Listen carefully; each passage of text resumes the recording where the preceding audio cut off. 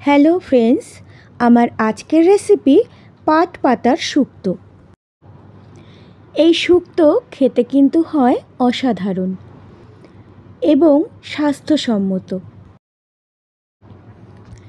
এই শুক্তো বানানোর জন্য আমি এখানে 500 গ্রাম ওজনের একটি পাট পাতার আটি থেকে পাতাগুলোকে ছাড়িয়ে নিয়েছি।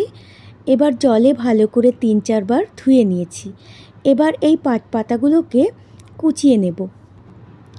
খুব বেশি মিহি করে কোচানোর দরকার নেই। আর নিয়ে নিয়েছি 1 টেবিল স্পুন গ্রেট করে নেওয়া আদা আর একটি ছোট সাইজের আলুকে খুব ছোট ছোট করে ডুমো করে কেটে ধুয়ে রেখেছি। এদিকে একটি কড়াই গরম করে দিয়ে দিলাম 3 টেবিল স্পুন সর্ষের তেল।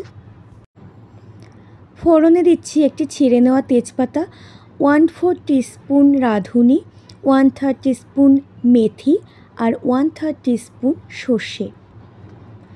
ফোড়নটা হালকা আছে একটু নাড়াচাড়া করে নেব। এবার দিয়ে দেব ধুয়ে রাখা আলুগুলো। আলুর মধ্যে দিয়ে দিলাম সামান্য পরিমাণে লবণ। এবার আলুটাকে একটু নাড়াচাড়া করে 1 থেকে 1.5 মিনিটের জন্য মিডিয়াম আঁচে ঢেকে রাখব। আলুর মধ্যে খুব সামান্য পরিমাণে হলুদের গুঁড়ো দিয়ে দিয়েছি। প্রায় 1.5 মিনিট পর ঢাকনা খুলে নিয়ে আলুটা একটু নাড়াচাড়া করে নিয়ে দিয়ে দেব ধুয়ে কেটে রাখা পাট পাতাগুলো। পাট পাতাগুলো আলুর সাথে একটু সাঁতলে নিয়ে তারপর ঢেকে দেব প্রায় 1.5 মিনিটের জন্য।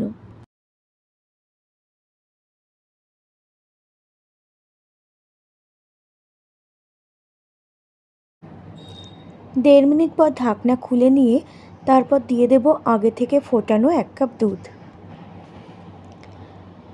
দুধ দেওয়ার পর দুধের কাপটা ধুয়ে সামান্য জল দিয়ে দিচ্ছি।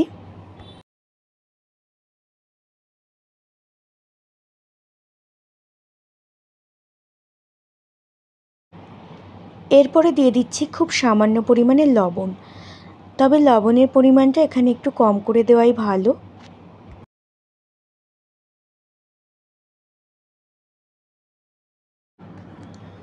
আর দিয়ে দিচ্ছি 1 টিস্পুন চিনি। চিনিটা সম্পূর্ণ অপশনাল, তবে দিলে শুক্তোর টেস্টটা অনেকটাই ভালো হয়। এবার গ্যাসের ফ্লেম লো মিডিয়াম করে ঢেকে দিচ্ছি 2 থেকে 3 মিনিটের জন্য। প্রায় 3 মিনিট পর আমি ঢাকনা খুলে নিলাম। আলু আর পাট পাতা দুটোই ভালোভাবে সেদ্ধ হয়ে গেছে।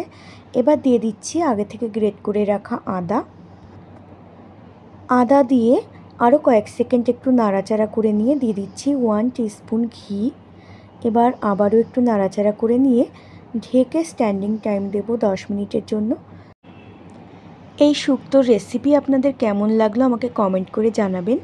এতক্ষণ সাথে থাকার জন্য অনেক অনেক ধন্যবাদ।